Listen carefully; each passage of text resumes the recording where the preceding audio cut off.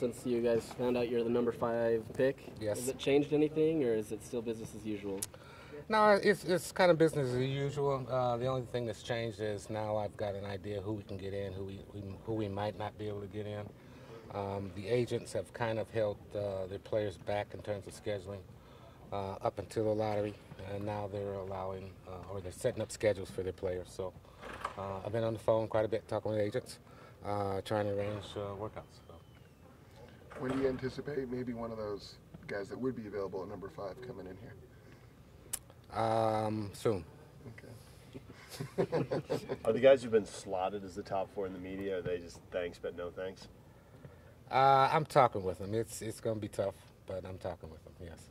Do you like big workouts like there were last Friday where you do get a chance to go see these guys? They open it up a little bit.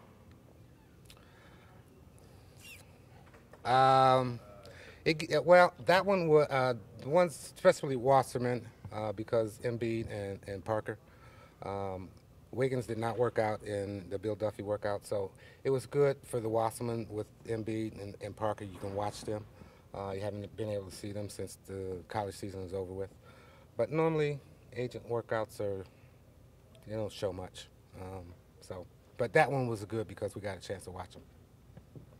Anybody impress you specifically in Chicago? Those workouts? At the Combine? Yeah. Again, the top players don't even show up on court. They just do physicals and testing. So guys who are on court, I mainly see most of the time during the year anyway. So. Well, what type of, pressure does Jerry put on these kids being in the stands, or is there any pressure on these kids at all? Because each of them have mentioned wow, Jerry's a Hall of Fame coach. That's a question we haven't asked him, so I don't know. I would imagine it shouldn't put much pressure on him. Jerry will not be their coach. He is a Hall of Fame guy, but, they play in front of 10 to 20,000 plus on a nightly basis. They have no idea who's in the stands. Sometimes they know who are in the stands, so it shouldn't affect them at all. If it does, then we have a problem with that. Is it interesting going through this process without knowing who their coach is going to be? Yes and no. No, because I'm still going to be bringing in players. A little bit because we don't have the head coach sitting in the stands watching these guys work out. A guy like Kane comes in, he's a little bit older than most of the guys you have working out. Are you a believer in a ceiling? These guys hit their peak at a certain age, or? I would say, again, his upside may be a little bit lower than some guys who may be 19, but again, you're projecting those kids at 19. They may never reach what you may project. You have an idea what DeAndre is, and we know he can still get better. But is his ceiling as high as maybe an 18, 19-year-old? It depends on the kid. We don't know for sure. Now that the lottery's done, have you started working on your tiers? Have you started putting guys in certain slots where you think where they belong? Doing that before the lottery. Okay. So, yes. Is that top 3 or 4 guys pretty solid, you think? Is there any chance that there could be a surprise among those teams picking up? All you got to do is look at last year's draft and saw there was a surprise at 1. So, yes, there can be a surprise.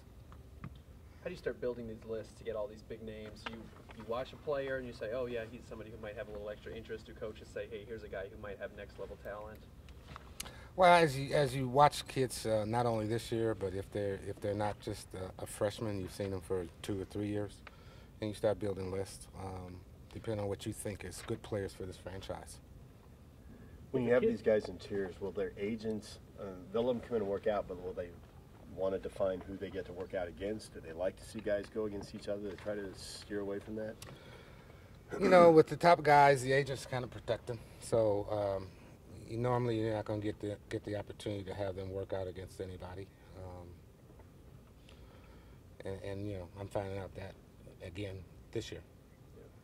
Well, if a kid comes in and doesn't necessarily have a great workout, do you put extra emphasis on the interview process? Is that in the back of your mind, like, let's see how this kid responds with a good interview? Or?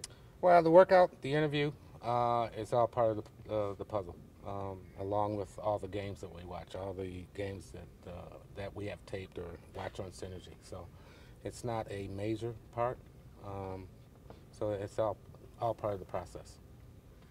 Can you sum up how the coaching search is progressing? Can't do that. That's not my expertise. With the Miller Just family. one word. One word. Ongoing. That works. With the Miller family giving a green light for more workouts, we saw this last year. Yeah. How does that make your job easier? Does it make it more difficult? How does that impact what you're trying to do, having more guys to look at, more things to consider? It makes it a little easier because I talk to a lot of agents and I'm able to get a lot of players in. It makes it harder because I've got to puzzle more guys into who I want to bring in, who I want to work up against. And the other thing that's a little bit of a problem, I can have too many workouts, and then we don't, as a staff, have enough time to get behind closed doors and talk about players. So it's a fine balance. Do you find agents are a little more willing to play ball when you're willing to bring in more guys? Yes, because a lot of the bigger agents have a lot of guys, so it helps to bring a lot of their players in. Then maybe they'll give us a favor down the road with a top player. It also helps with the smaller agencies because they have players who, a lot of people may not know about, but we can get a chance to take a look at and see if they may be somebody that we may want to take a longer look at in the future. So do guys who come in, for lack of a better phrase, to fill out a workout and give you 6 guys, can they really just get on the elevator and just climb as far as how you perceive them?